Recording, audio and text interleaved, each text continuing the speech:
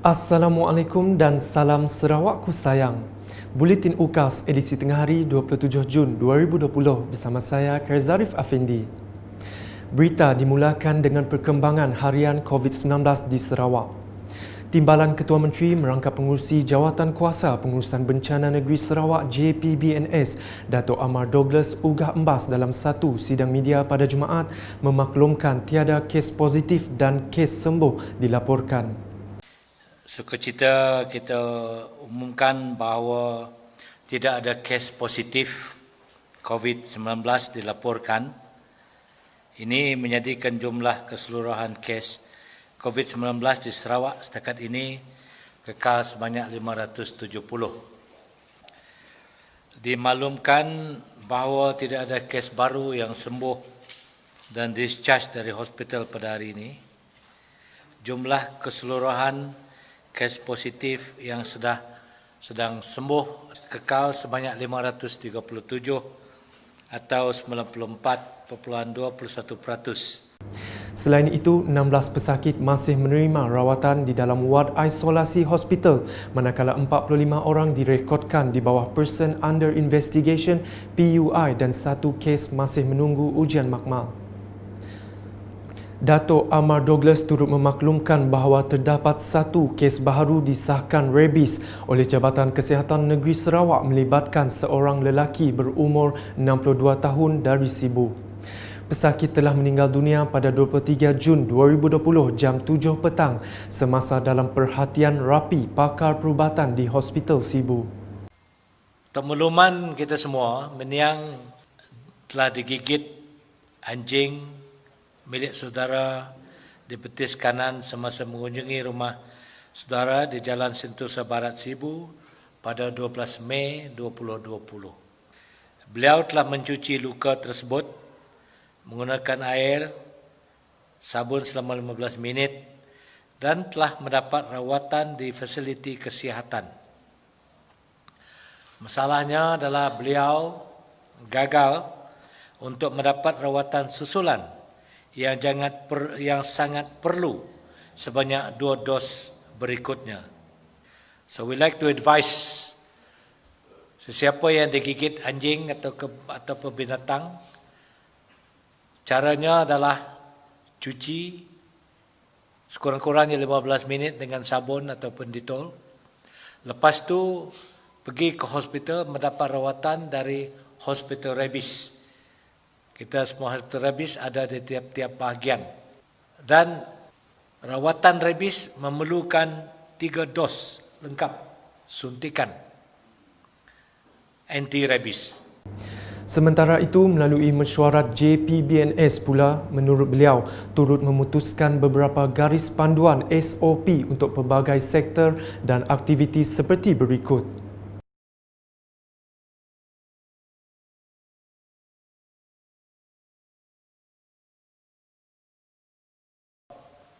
Satu garis panduan untuk pelaksanaan semua media sosial, satu bengkel untuk penerangan lanjut akan diberikan kepada semua ketua masyarakat Jawatan Kuasa Kemajuan Kesempatan Kampung pada masa terdekat. This is a program of implementing community policing. Time has come for us to empower and engage the local community supaya dia juga memain peranan dalam peperangan COVID-19 ini. Berita seterusnya, sejumlah 700 juta ringgit telah diperuntukkan Kerajaan Persekutuan bagi pembinaan sekolah-sekolah naif dalam tahun 2017 dan 2018. Dalam tahun 2017-2018, setakat ini sejumlah 509.9 juta telah diperuntukkan oleh Kerajaan Persekutuan untuk pembinaan sekolah, yang mana 2017 di Sarawak kita ada 30 buah sekolah 93.3 juta dan 2018 116 buah sekolah dengan peruntukan 416.6 juta telah diperuntukkan dan yang ini dah siap. Cuma untuk tahun 2019 Sarawak kita mendapat 32 buah sekolah dengan peruntukan 100 juta. 18 buah sekolah dah siap, 12 buah lagi dalam pembinaan dan 2 buah lagi dalam proses tender. Menteri Kejaraya Datuk Seri Haji Fadilah Haji Yusof berkata demikian dalam sidang media selepas mengadakan perbincangan bersama Jabatan Kejaraya JKR Sarawak di Kuching pada Jumaat. Katanya untuk tahun 2020, Sarawak tidak mempunyai peruntukan daripada Kerajaan Persekutuan, sebaliknya mendapat peruntukan berjumlah 1 bilion ringgit melalui perundingan antara Kerajaan Sarawak dan Kerajaan Persekutuan. Dan peruntukan ini Sarawak sudah pun membayar kepada Kerajaan Persekutuan sejumlah 700 juta.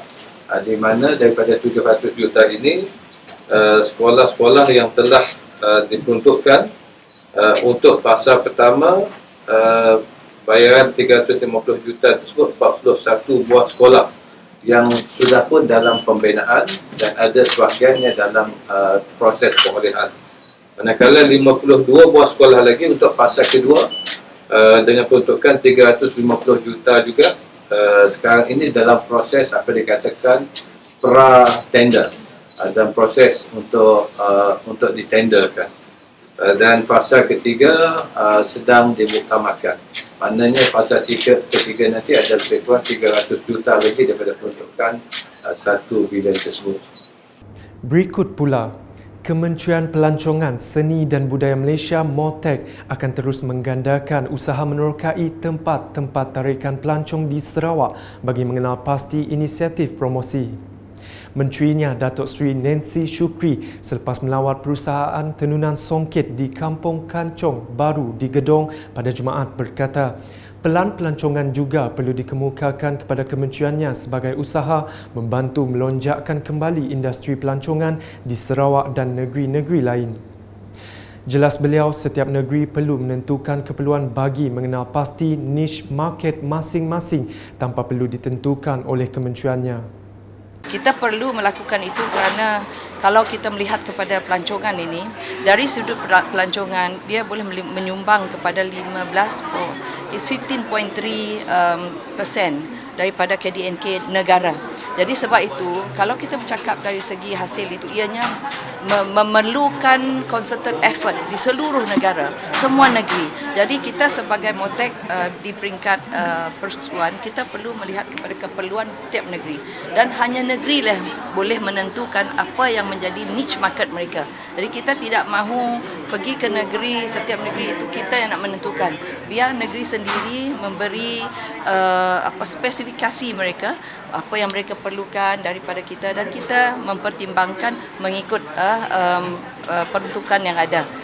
Dalam pada itu, Datuk Seri Nancy menggalakkan golongan muda di negeri ini, khususnya di kawasan Parlimen Batang Sadong untuk menceburi bidang perusahaan seni songket. Ujar beliau, industri tenunan songket turut memiliki permintaan yang tinggi di pasaran tempatan.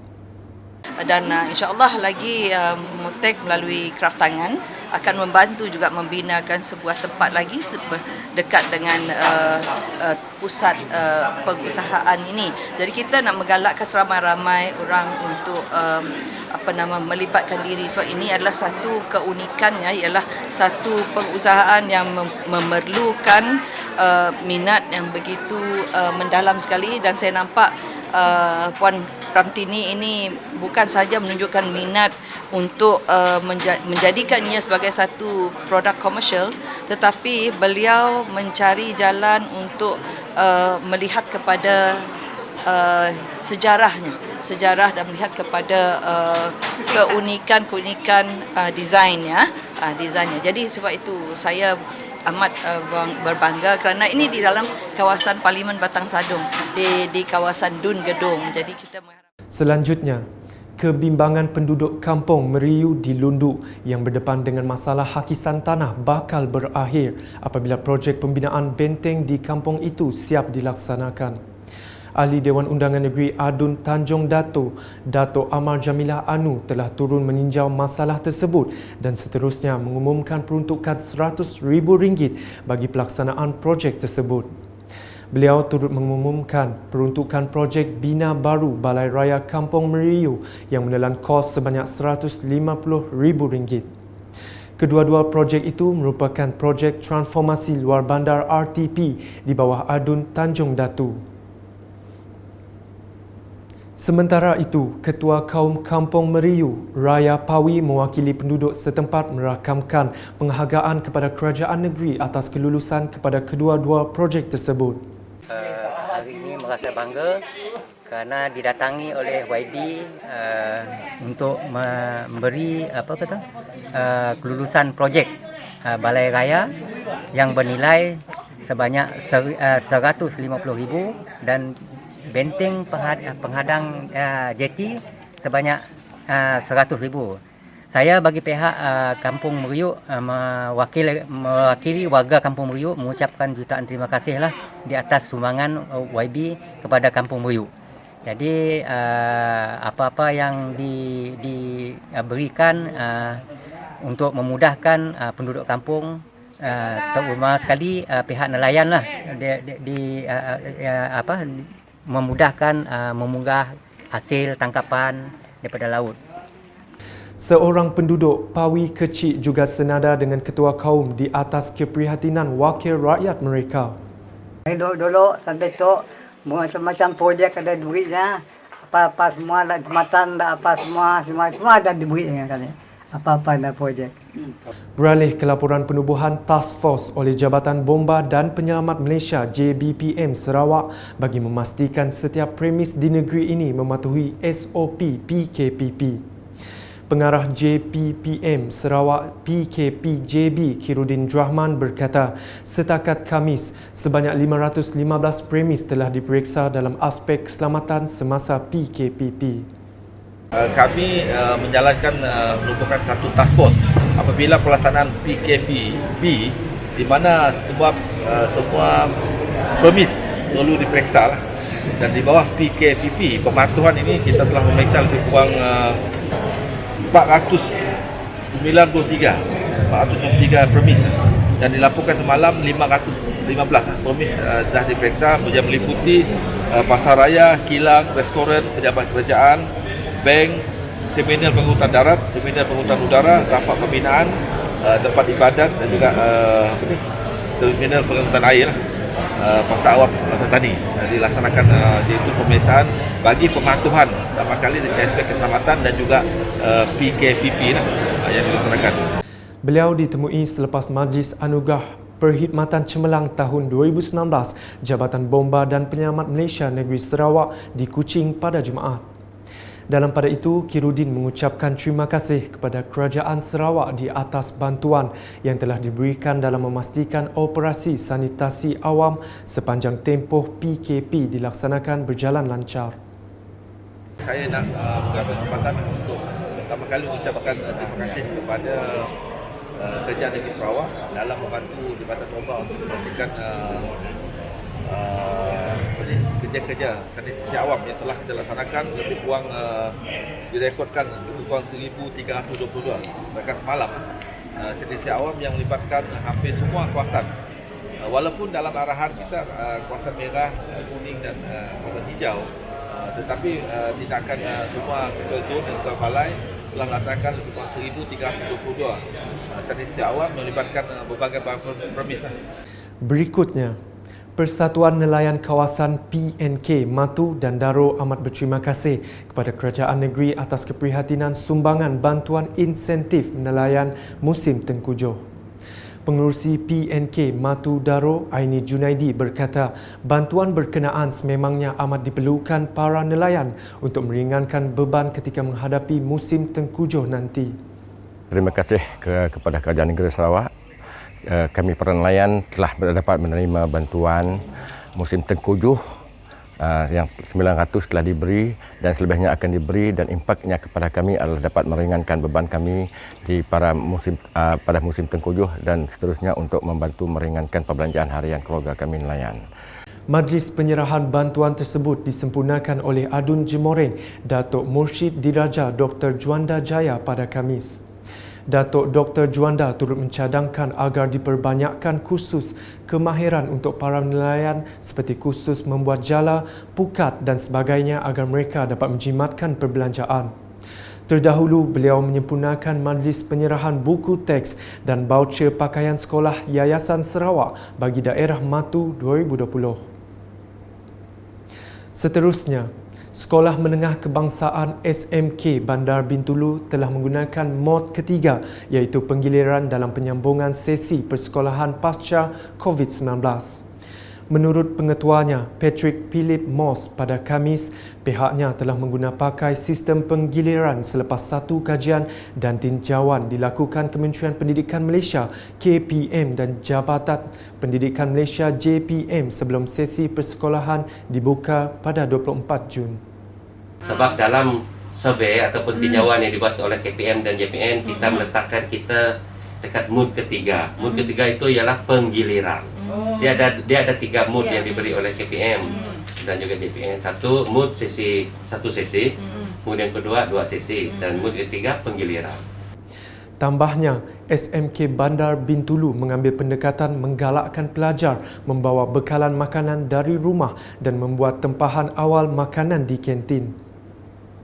Waktu rehat kita tidak benarkan pelajar keluar. Walaupun dalam SOP itu pelajar boleh pergi ke kantin untuk berbaris, tapi pelajar kita sini ramai, 493 untuk tingkatan 5 dan 83 orang untuk tingkatan 6. Jadi kita bergilir blok A, blok B, blok C, blok D, dia ada masa yang bergilir. And then kaedah kita tempahan awal sehari untuk makanan di kantin. Sekian bersama saya Kerzarif dan kru penerbitan. Dapatkan berita terkini Sarawak setiap hari dengan melayari portal ukas.sarawak.gov.my, UKAS channel di YouTube atau melalui Facebook, Instagram, Twitter dan aplikasi Telegram Buletin UKAS. Mengakhiri buletin dengan perkongsian teknik belajar berkesan. Salam UKAS.